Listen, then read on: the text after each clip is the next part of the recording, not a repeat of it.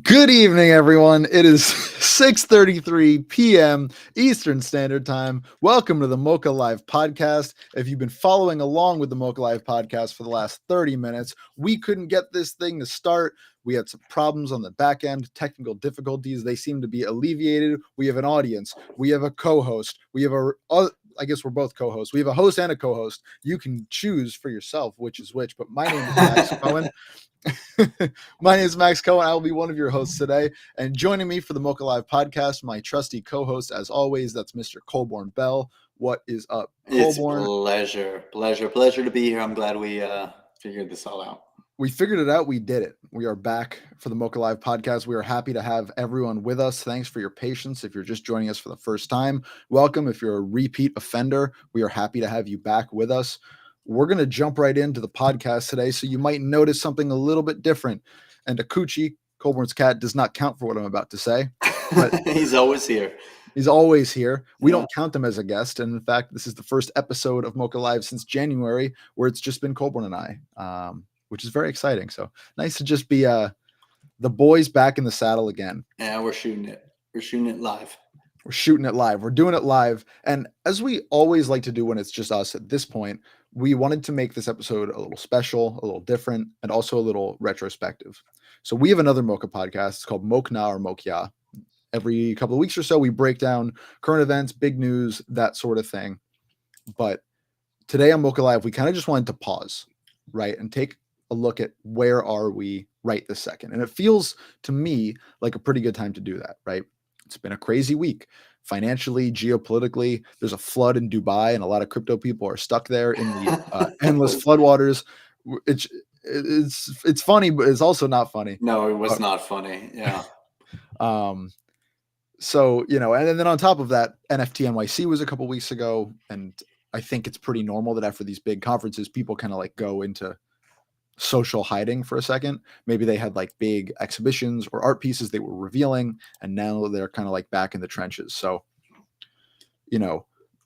I think the best thing to do today is to take this moment to take stock of kind of all the things going on in the wider crypto art world. So we're going to break today's podcast into 5 segments: crypto art, AI, the metaverse, cryptocurrency in general, and crypto culture. And for each category, we've written down kind of a fundamental question about what's going on right now in the hopes that we can come to a kind of cohesive conclusion about like the state of all these things right now, where they're going, etc.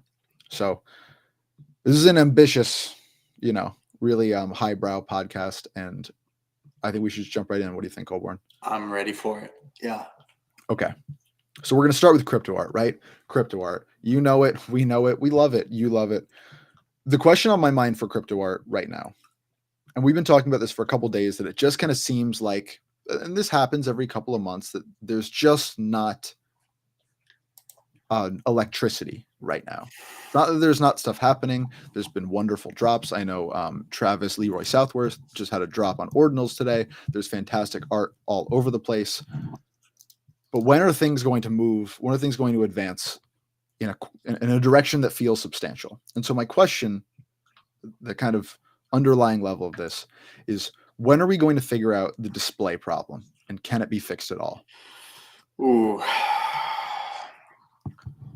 Because to me, that feels like the most prescient issue in crypto art right now. Yeah, display. Like, can we bring these into our homes? Can we bring these onto our screens? How do we begin to share and express what we've been collecting? Mm-hmm. It's difficult, man. I think we've spent numerous years within the museum trying to build out this curation technology, trying to bring it both into people's homes via MOCA Show, trying to bring these into like metaverse environments via the room technology that we've put forth.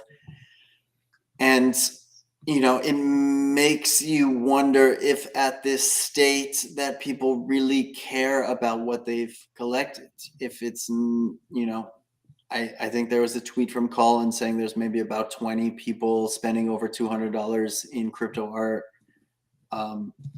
has this been sidelined to being such a niche as to like render it irrelevant? I think we all recognize the growth, like the potential recognition that all content online identity, and that is very, very tenuous. It's a very tenuous value proposition at this stage, Mhm. and it exists amidst a very fragmented social media landscape.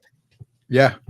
But and even broader than just like the social media, or like bring this into our homes, right? Like we've had this problem for a while where crypto art is just appealing to crypto art, right? Yeah, yeah, yeah. And the more time goes on, because I think that the common knowledge and the way it's been presented to me is like, oh, all these things, the crypto art, the NFTs, all this stuff that's going on, like as a subunit of cryptocurrency at large. Like what we're really waiting for is mass adoption of crypto. And once there's mass adoption of crypto, then the attention will come down the pipeline. And I'm not sure that that's actually the way that this is going to go.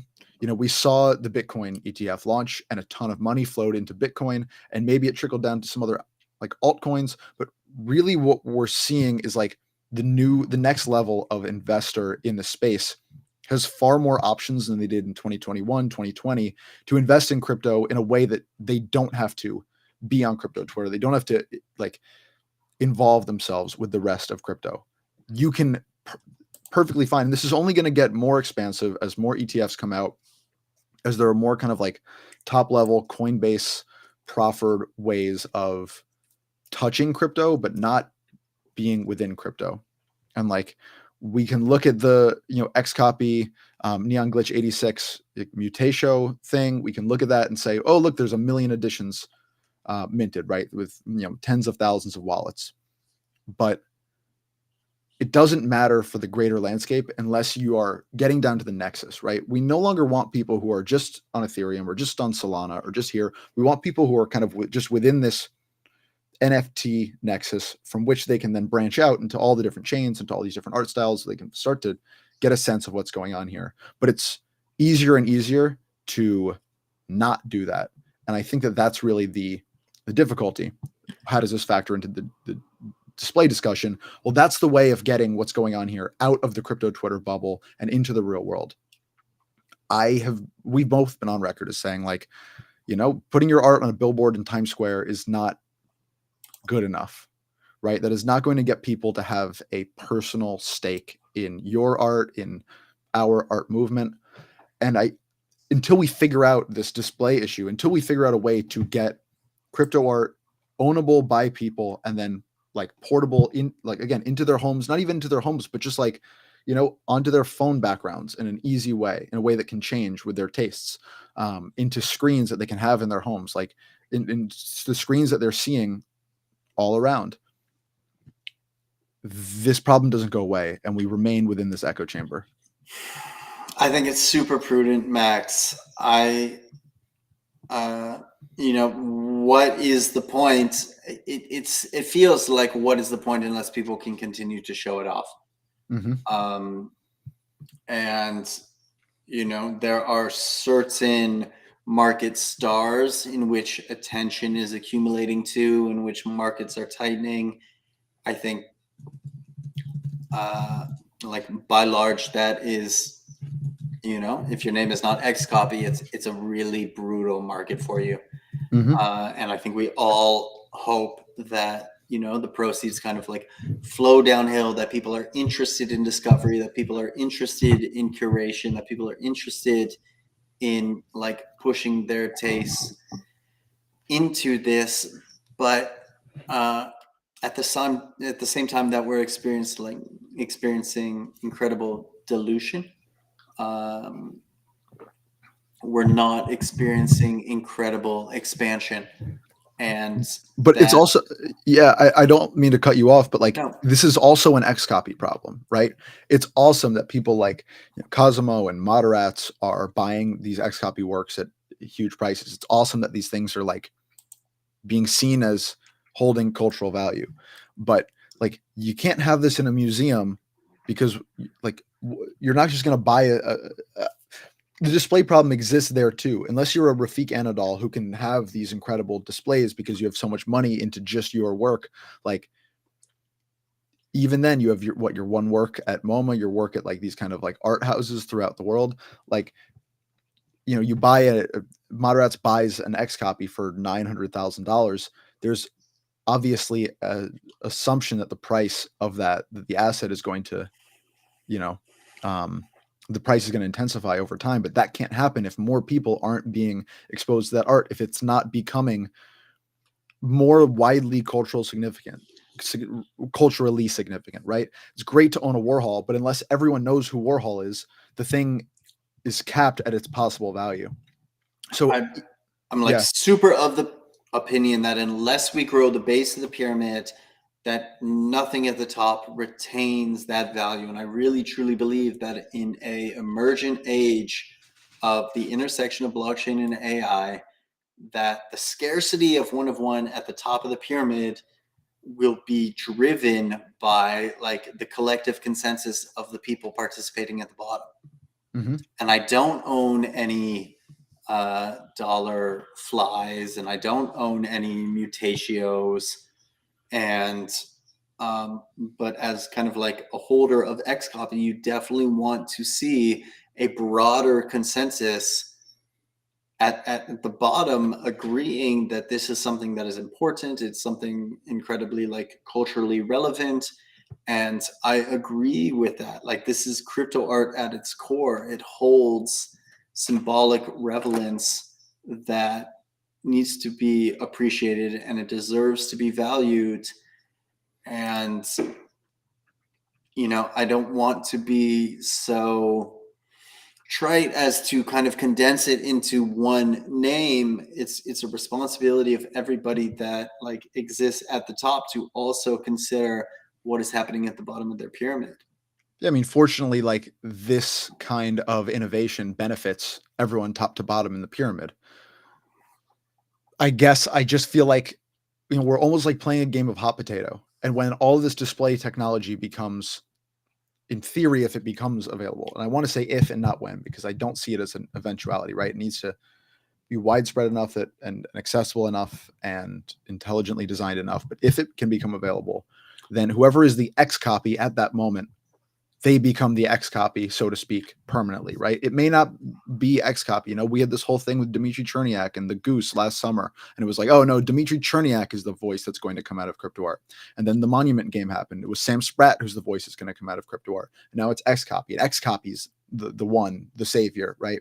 And it will continue to change and it will continue to shift hands, probably within a small and predictable group. But whoever's able to hold that potato at the time at which these things can expand into larger cultural value and be seen by a much larger cultural audience, that's who's actually going to come out of this movement. I'm using come out. You see, get what I mean? I'm not like saying that you can't, there's not a bridge between, but that those will be the people that attain the seismic, widespread cultural value that they are a household name everywhere. But until this technology develops, nobody can be. And that caps where everything can go. And because it caps the top, it caps the bottom. And so, anyways, that's my. Well, it's about access, right? I think you're speaking to a very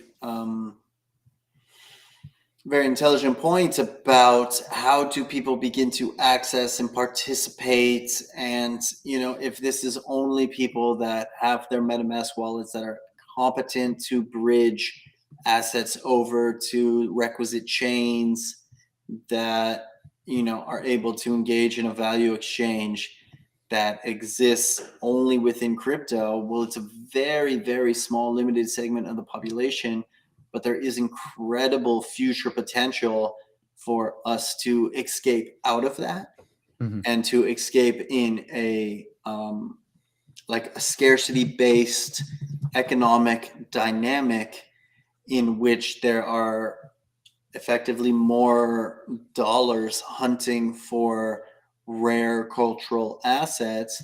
You know, a million in the landscape of 8 billion people is tiny, right? Mm-hmm. And a million in the landscape of 8 billion people plus 10 billion, 100 billion autonomous agents is really tiny. Mm-hmm. But what are people doing to kind of like showcase? What are the options for people to begin to like bring and incorporate and share? I think going back to the original point of, you know, what is the display technology available, it's limited, or people conceive it to be limited, or people are taking a speculation bet where they can buy something for, you know, $4 and sell it for $10. I'm very curious in a down market or in a range bound market like we're in currently to see what the potential for like value appreciation for these assets really is. Me too. Let's move on to our next category, because I fear we could talk about this first one all day. 100%. Next category: what is the state of AI today? And I want to come at this through a very specific lens, because obviously these are all topics that we could spend 5 podcasts on a piece. And this is inspired by an article from The Atlantic that said AI has lost its magic, by Ian Bogost. And the basic tenor of the article is that when ChatGPT was released last year, it was just a fervor, right? People were using this in all facets of life. They were experimenting with it. It was also like fun and impressive, and people like were just sharing the crazy things that you could do with AI. Those crazy things are still here, but there's not nearly as much in the public discourse of a luster around AI. And my question to determine the state of AI is, what recaptures the public attention in AI? There's the idea that it could be, you know, OpenAI's Sora, right? The video generation. When that happens, that it may like bring the layperson back to being blown away by AI technology. My question to you is, what do you see? And then also, like, is it even necessary to get the general public back excited about AI? Well, I think all of these things start at a speculation standpoint, right? We're all trying to determine where we are going, what is valuable in the future, right? So you look at proxy signals like NVIDIA, AMD, SMCI, you see them also equally range bound. And, you know, when the greatest advocates for your project are always the people that are making money off of your project. Mm-hmm. Right. And in the case of like speculation and people that are like, you know, buying calls, we have a incredibly like addictive economy that has developed. And yeah, I truly generally believe that the younger generation is like hoping and betting on a future that they want to see. I would have done the same if I was in my like early 20s, and that manifests itself in you know, either meme coins and like betting on cultural speculation, or on you know, like growth stocks that they believe encompasses their values. And it's certainly difficult to reconcile all the change that is occurring, all of the things that people want to see, and where we are currently. It's very, very much a battle. I think we are in the depths of the bear markets, right? And you see a lot of confusion, you feel a lot of uncertainty, you feel a lot of people wondering what the economic benefits are to them. You know, we're a couple days outside of the halvening of Bitcoin, and this is just a, you know, I don't want to say it's a critical moment, I don't want to say it's a pivotal moment, but it's, you know, you're dealing with major long-term societal trends that are going to have vast implications over our lifetimes,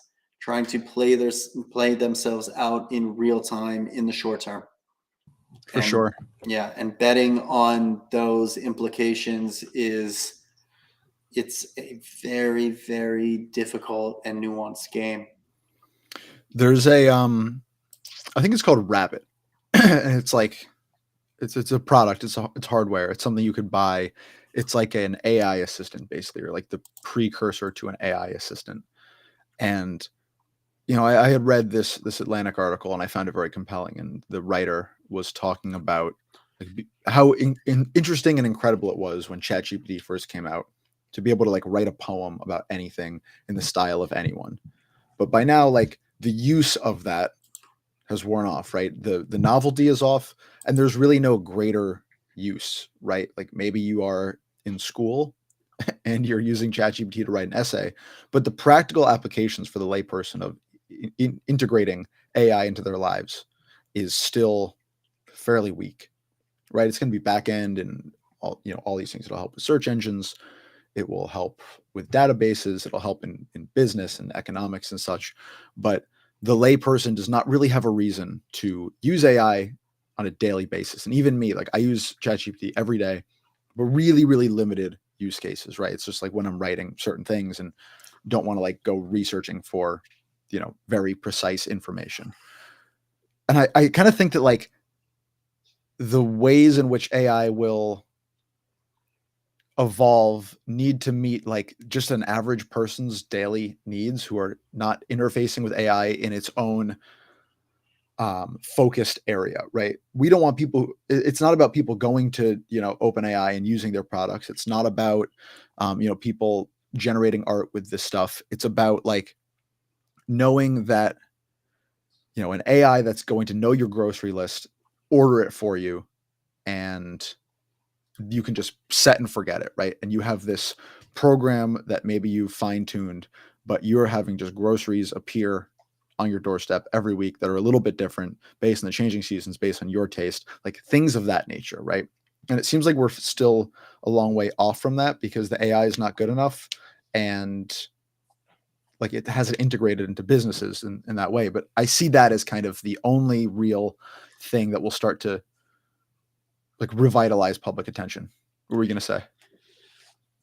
No, I think that's right. I think how do we begin to interface and incorporate this intelligence, this idea of intelligence into daily life? And unless it is in ways that you are suggesting, I think whether it's grocery delivery, whether it's recommendations for consumption, it's not certainly not going to be tailored to means in which we can grow personally, right? It is controlled, it is biased, it is going to serve the needs of the people that are offering it to us, right? And at this point, it is requiring a tremendous amount of computational power, computational expertise, knowledge of data and preferences that very few corporations own. Um, so how we begin to like influence and move these biases, it all feels a little bit like we are continually to be stuck in the same exercise uh, with little hope of independence. And I don't know if that is inherently a bad thing if we are constantly trading like value for convenience, right? And do we provide like more value in a digital landscape than the conveniences that are being afforded to us where we can afford to like participate in grocery selection, and that it knows like which meals we should be cultivating for ourselves. And then who this data ultimately flows to. Mm-hmm. It's hard because you end up in the same trap of like Meta, Google, Microsoft, like, and then you begin to wonder if there is any room for mobility, if there is any room for personal growth, or if we are all beholden to these digital algorithms that dictate for us what is best for us. And that's not necessarily a deal breaker either, because I think that, like, you know, you have Microsoft AI and that flows downstream to Bethesda, and Bethesda makes video games. And then suddenly you're playing a video game that is like, it makes itself perfect based on your tendencies. Like, there are ways that this can like appeal to, you know, us at the very bottom of this, food pyramid. But each step at which this thing is gate kept, and each new like organization into which, AI information, AI possibilities flow, you get more and more of a bottleneck in terms of what the like outputs, not the cultural outputs, are going to be able to be. So I guess my point overall is that, like, for a moment there, it seemed like AI was going to be in all of our lives in every single way immediately. And I don't feel as much like that these days. I feel like it's going to take some more time for the technology itself to integrate, like you said, into corporations, top end entities, in a way that they can kind of like manipulate for their own purposes.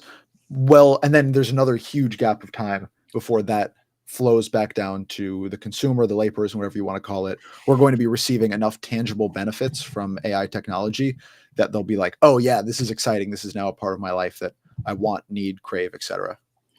I've gotten to this point in my life where you just have to kind of like trust the markets as aggregates of perfect information, right? Mm. Where everything kind of flows into them. And the fact of the matter is that like NVIDIA, AMD, SMCI, they've all kind of stalled out at this point, which is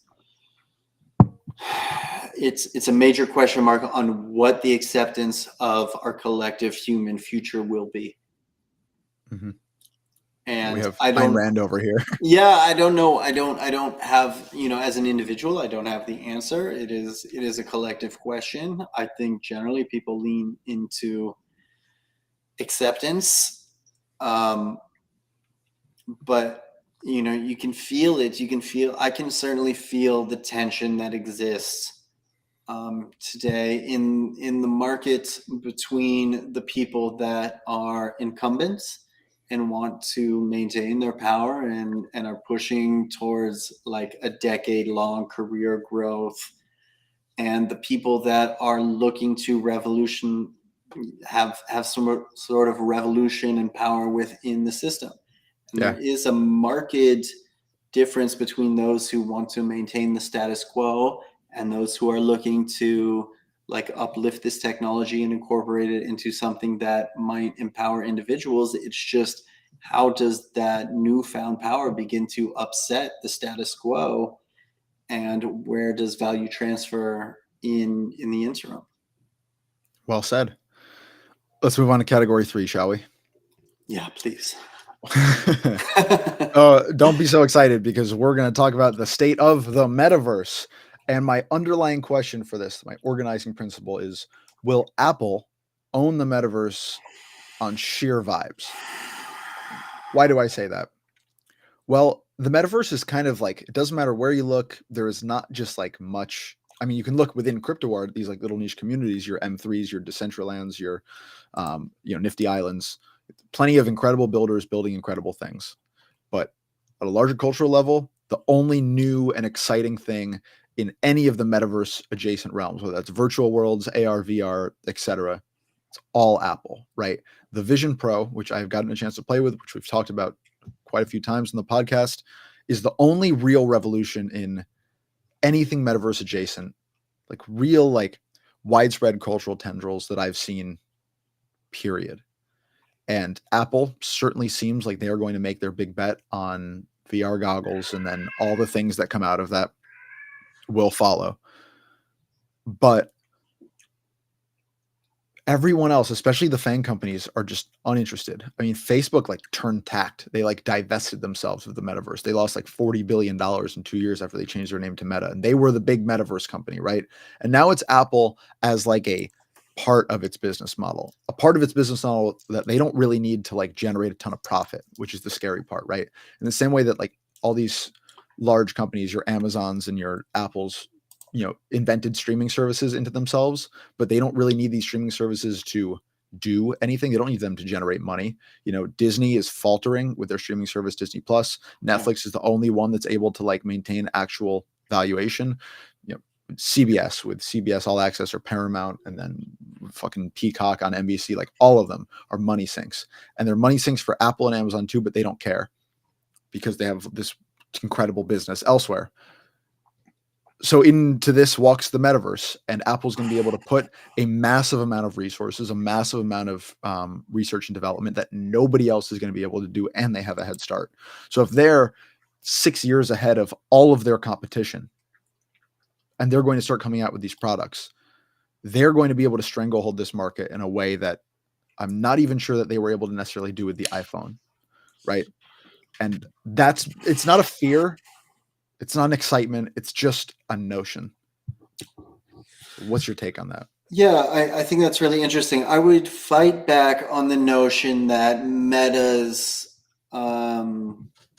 expenditures in the idea of the metaverse have been a total and complete failure, because I think the stock price would indicate differently. And I think that, again, I'm going to lean into the fact that like the market is always right. And I truly believe this was my thesis for getting into crypto to begin with, is that like the aggregate opinion of all of the people involved in these things is much more stronger than anybody's personal opinion.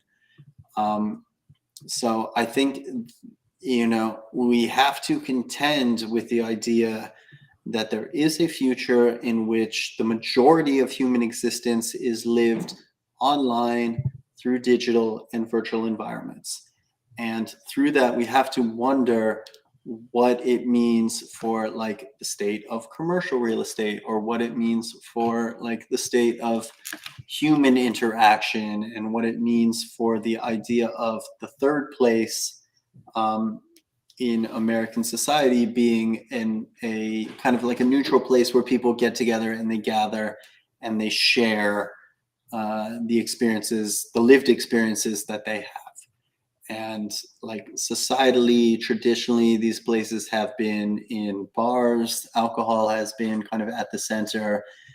And I think for people in their 20s, and I think there's a realization amongst people in their 30s, that there is a desire to shift away from this as like a center and emerge into something new. Now, whether we find that connection online, or if we're able to like recreate those environments in our spaces, in our communities, in physicality with one another, is very, very important, because I think after COVID, we recognized that something was inherently broken.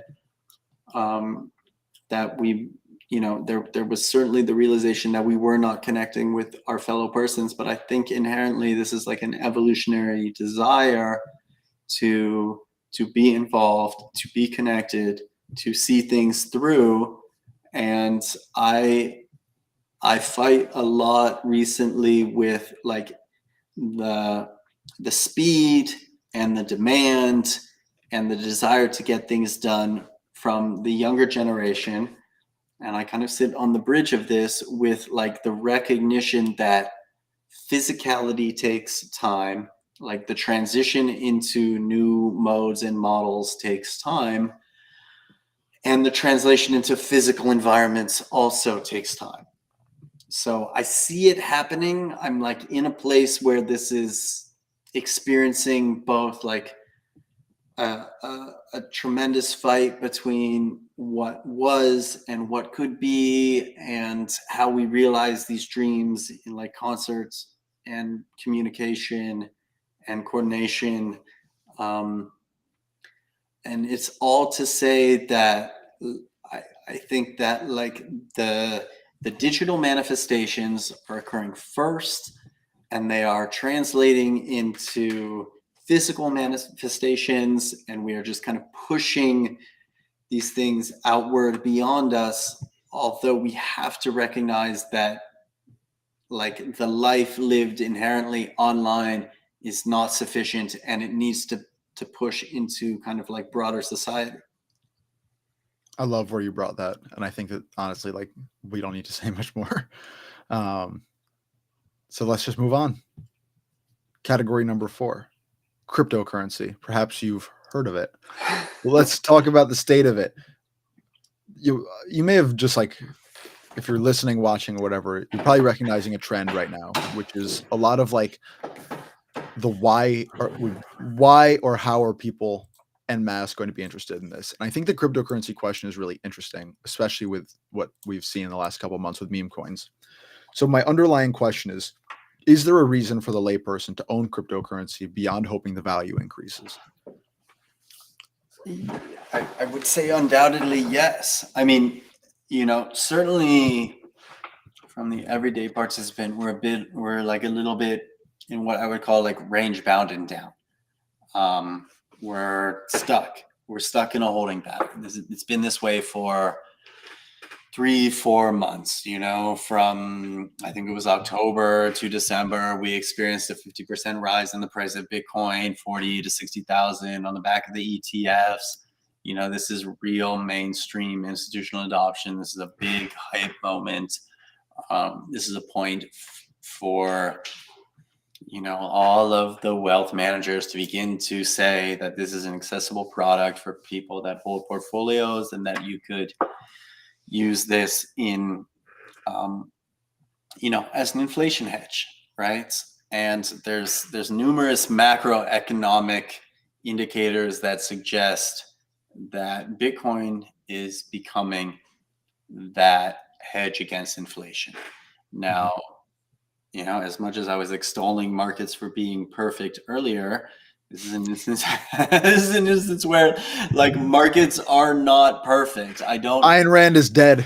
Yeah, I don't feel that that the price of Bitcoin is like inherently baked in, but there's also people like looking to escape tax consequences for being in GBTC, the Grayscale Bitcoin Trust, looking to escape the 1.5% fees, moving into other products.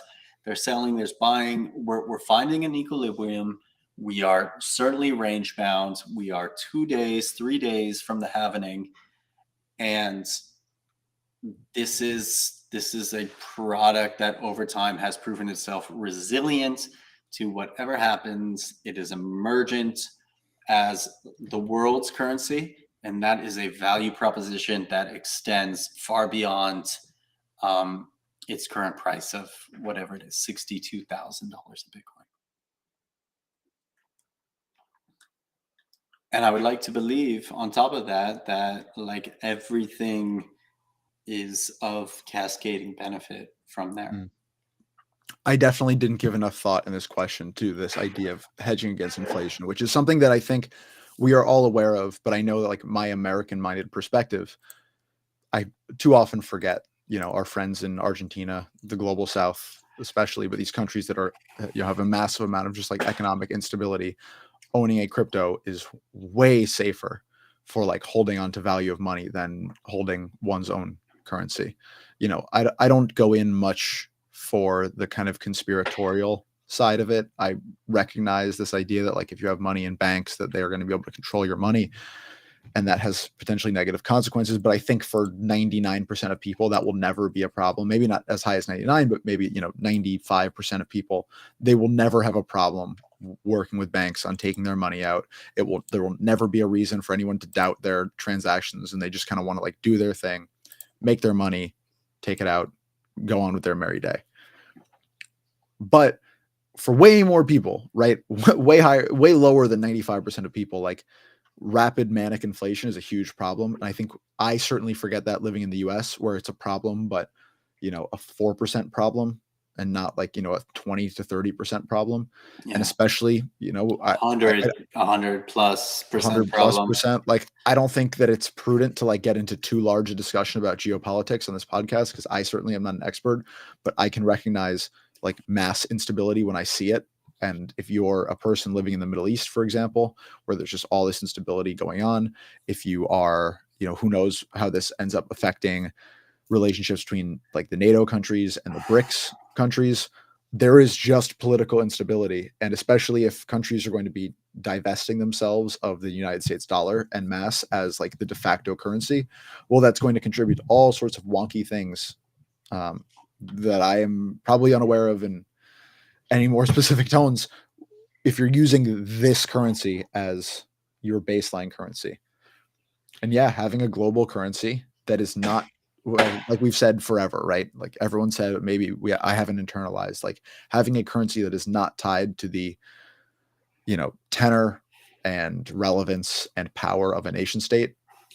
Well, that's not great when your nation state is the most powerful in the world, but as that role ceases to describe the place, you probably want to think more critically and like you said, hedge against the possible negative effects of that.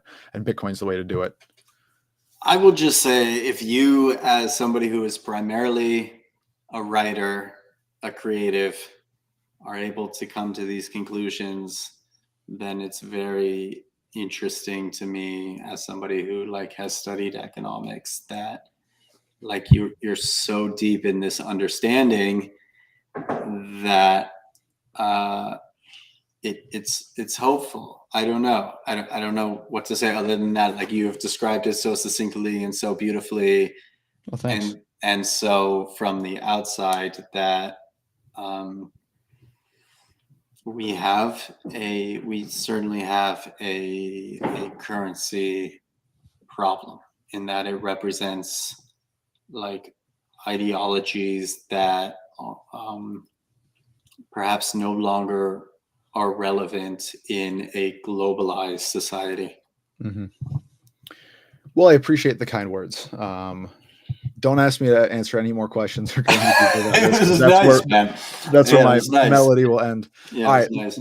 let's end with our last category is crypto culture, which touches everything we talked about before, but I think is also kind of swirls around over and below everything. Crypto culture is obviously a pretty amorphous term, but like with Justice Stevenson of the United States Supreme Court talking about pornography, you know it when you see it. My underlying question for crypto culture is this: will we have a unified crypto culture, right? There is a crypto culture, right? And you can have substratas of that, but there's really just the one culture and they all kind of touch each other. My question is, will this unified crypto culture ever split so fully into subcultures where the subcultures are more intermingled with the worlds they purport to exist in than with crypto culture at large? And that was a word soup. So I just want to No, like that's explain that a little bit more, yeah. which is like take crypto art culture. It has a lot more to do with the art world than it does with crypto on its face, right? And most people who are creating art here care more about art than they do about crypto. Theoretically, that chasm only widens over time, right? Where crypto art is seen not as a substrata of cryptocurrency, but as a substrata of the art world, right? And like collectible NFT, PFP, Top Shot, whatever you want to call it, that world is a substrata of the collectible world more than is a substrata of cryptocurrency. And cryptocurrency culture itself, a substrata of finance culture, which is really what it is. So, again, no preference here, not good nor bad, but like, will these things ever split up so fully that they belong to their own worlds more than they belong to each other? Yeah, it's really difficult because there is an inherent value proposition here, right? And that digital art deserves the ability to be traded freely in these terms amongst people that are voluntarily participating in this market. And there's a lot of philosophical implications of this that exist outside of probably the realm of what would be considered normality, which makes me want to kind of like stamp it with a capital A art and scream to the world that like crypto art is emergent and this is everything and this is like going to be the most beautiful like value appreciation ever because there is inherent scarcity in what is being provided, and scarcity is what is lacking in this world today of almost like unlimited dollar printing, of right like rampant inflation. It all goes hand in hand. But at the same time, the niche is so small. It's a question of like, who cares about art? Who cares about emergent art? Who has the potential and power to shine the light in these far off, strange places. I know a tremendous amount of people are fighting for that spotlight, and it's just hard, right? You cannot shine in a niche the light that deserves everybody. Yeah. I guess it requires cryptocurrency in general, and I guess more broadly blockchain technology, becoming so baseline integrated into life in general that it is no longer remarkable enough to hold onto a cohesive culture, that Yeah, it's just so normalized, so widespread to be trading, buying, selling, owning digital assets using blockchain technology, that the people who are owning Bitcoin don't really have anything to do with people who are, buying and selling Fortnite skins, buying and selling, Vipe avatars, right? They're right. just using the same technology, but the worlds don't exist. So I guess maybe that's the answer to the question fully, is like crypto culture can't really change until there's such, and who knows when this happens, such widespread crypto adoption. And by that, I mean blockchain adoption, that it's just in everything. And just like the internet itself, right? Like there is no longer just a internet culture, right? Like there was when the internet was first blossoming, and there were like, your couple of chat boards and your couple of websites, and they all kind of borrowed from each other, and it was all the same people kind of talking to each other on each. It just became so ingratiated into everything that you could just use, AOL for your news and have no concept of what was going on like, chatboard X. Um, so perhaps, yeah. What were you going to say? Yeah. Well, I know, I think, only to piggyback on what you've been saying, is that like we've moved so far beyond like you've got mail, we've moved into this area of like you've got an offer. And like unfortunately, like you've got an offer in this day and age is a scam. But in the future it just might not be, Mm-hmm. right? It might be that like the random messages that you receive online are valid indications of some sort of monetary interest in the work that you've done previously. It's no, in my mind, different than kind of an airdrop, in that like everything is on chain and everybody's trying to bootstrap new things. But um, I think that everything that is done today inherently carries value into the future. Mm. And Ever the optimist, Mr. Colborne Bell. yeah, I mean, look, we're dealing with a future in which, um, beyond like human participation, there is the promise of a multitude of general intelligence, of artificial general intelligence, in which these things are kind of like filling the gap. And I can only imagine that there is a need to fill the cultural gap. This is not part of my notes or anything, and we should probably finish up, but I just had this question pop in my mind when you said artificial general intelligence. If you're an artist 20 years from now and you create art that people don't like, but the AGI likes, right? The artificial general intelligence is like, this is the shit, but people en masse don't really get it, or vice versa. What's your preference as an artist? Woof, woof. Well, the general intelligence is only acting on previous data points. So I would Mm, imagine, in a world of 100 million cultural bots, that the 1 million X copy mutatios are inherently desirable, mm, right? Or if there's a billion, right, autonomous bots out there trying to like collect and read information and trying to distill data that is in front of them and is following trends, that there is going to be some sort of momentum around the objects that have captured, relate, like, if I've learned anything, it's that there is an incredible persistence in the networks that are created today, and they continue on into the future, and that exists both through human activation and algorithmic and bot activation. sure. Interesting. And if you're outside of that, Mm-hmm. then I Then you're don't know. fucked. Yeah, I don't know, man. Well, I hit you with the. I don't have an answer to that I question. don't, I'm not going to try and answer it myself. It yeah. just popped into the old noggin. It's just not. I don't know. Maybe you can just like I don't know. I don't know. You can say you were there. It's kind of an existential question of the Museum of Crypto Art itself. Is like, what is the value in saying that you were there at a time when there were so few participants? It Mhm. must mean something. It must God, mean I only something. hope so. Yeah, yeah. I don't know, or it doesn't, or it means nothing. And It was the friends we made along the way, wasn't it? yeah, I don't know, man. I don't know. It's just really, really interesting. Absolutely. This has been a fun podcast, Colborne. I'm glad we got to do this. I'm glad we finally got our tech working. I'm glad we got to talk about the state of almost everything.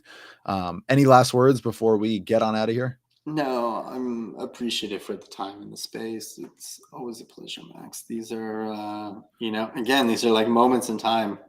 Everything is so inherently precious. So I'm grateful. I literally do this for the one in every like 7 or 8 episodes where you're like, wow, that was a really prescient, beautiful point. I'm so proud of you for Well, understanding that. yeah. Likewise, this is it has become a form of therapy in an illogical and inconsistent world. Welcome to therapy, everybody. Yeah, yeah. Actually, so long from therapy. Well, let's get out of here. This has been the state of almost everything MOCA Live super special super show. I'm Max. That's Colborne. If you liked what you heard today and you really want to listen to this episode back, you can do so. Maybe you're listening to it for the first time, but you can do so at Spotify, Apple, wherever you get your podcasts. You can also collect this episode as an NFT on Zora. Thanks to our friends at Zora for allowing us to do that. I mean, allowing us to do that in a general sense. We don't need anybody's permission to mint this. Anyways, we also appreciate if you check out our Substack. That's museumofcrypto.substack.com. I just wrote a newsletter today on Top Shot, which I promise is not only here to make you laugh, but actually has some interesting stuff going on. But don't take my word for it. Check out the Substack. Like I said, my name is Max. That's Colborne. It's been a pleasure having our therapy session in public live for everyone with us. And we're thankful for you being here. So we'll hope that you're here with us again real soon. Colborne, take care. Everyone else,